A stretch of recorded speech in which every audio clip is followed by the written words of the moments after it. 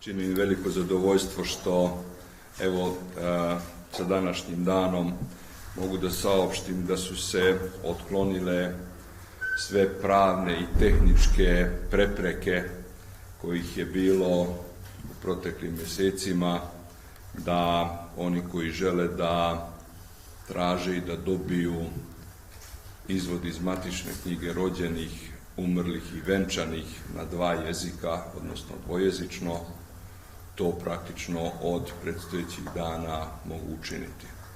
Naime, u toku jučerašnjeg dana sam dobio zvanično pismo koji me obaveštavaju da su otklonjene sve one tehničke prepreke koje su to u proteklim mjesecima onemogućavale.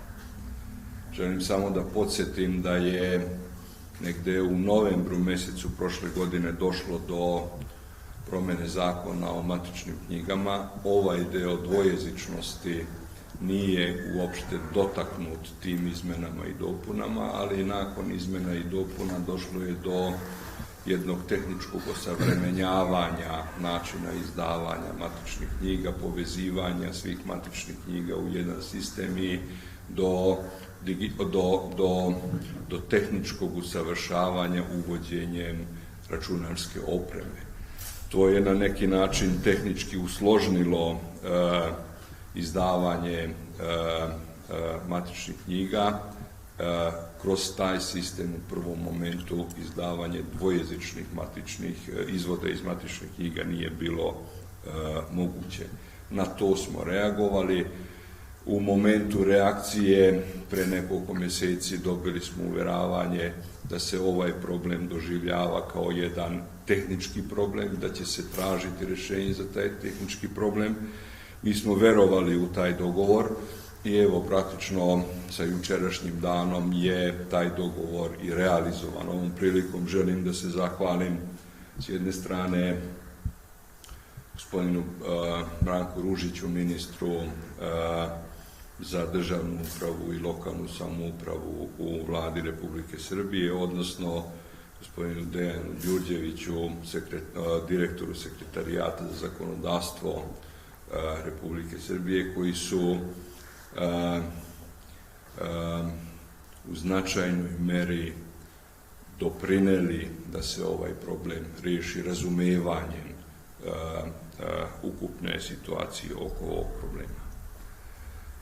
Ja mislim da je ovo još jedan dokaz za to da se multietničnost u Srbiji stvarno doživljava kao vrednost. Mislim da je to još jedan dokaz da to nije verbalna floskula, nego iza tih izgovorenih rečenica stoji jedno vrednostno opredeljenje koje se vidi i kroz ovakve poteze. S druge strane, mislim da je ovo jedan dobar primjer sa aspekta Saveza vojvođanskih Mađara i sa aspekta mađarske zajednice u Republici Srbiji, zašto ima smisla biti deo parlamentarne većine.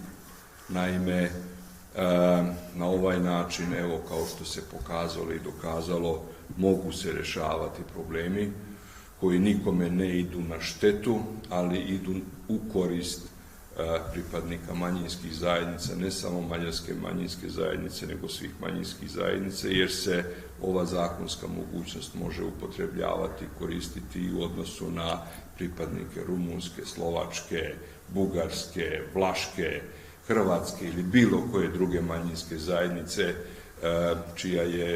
čiji jezik u službenoj upotrebi u toj sredini gde se traži izvod iz matične.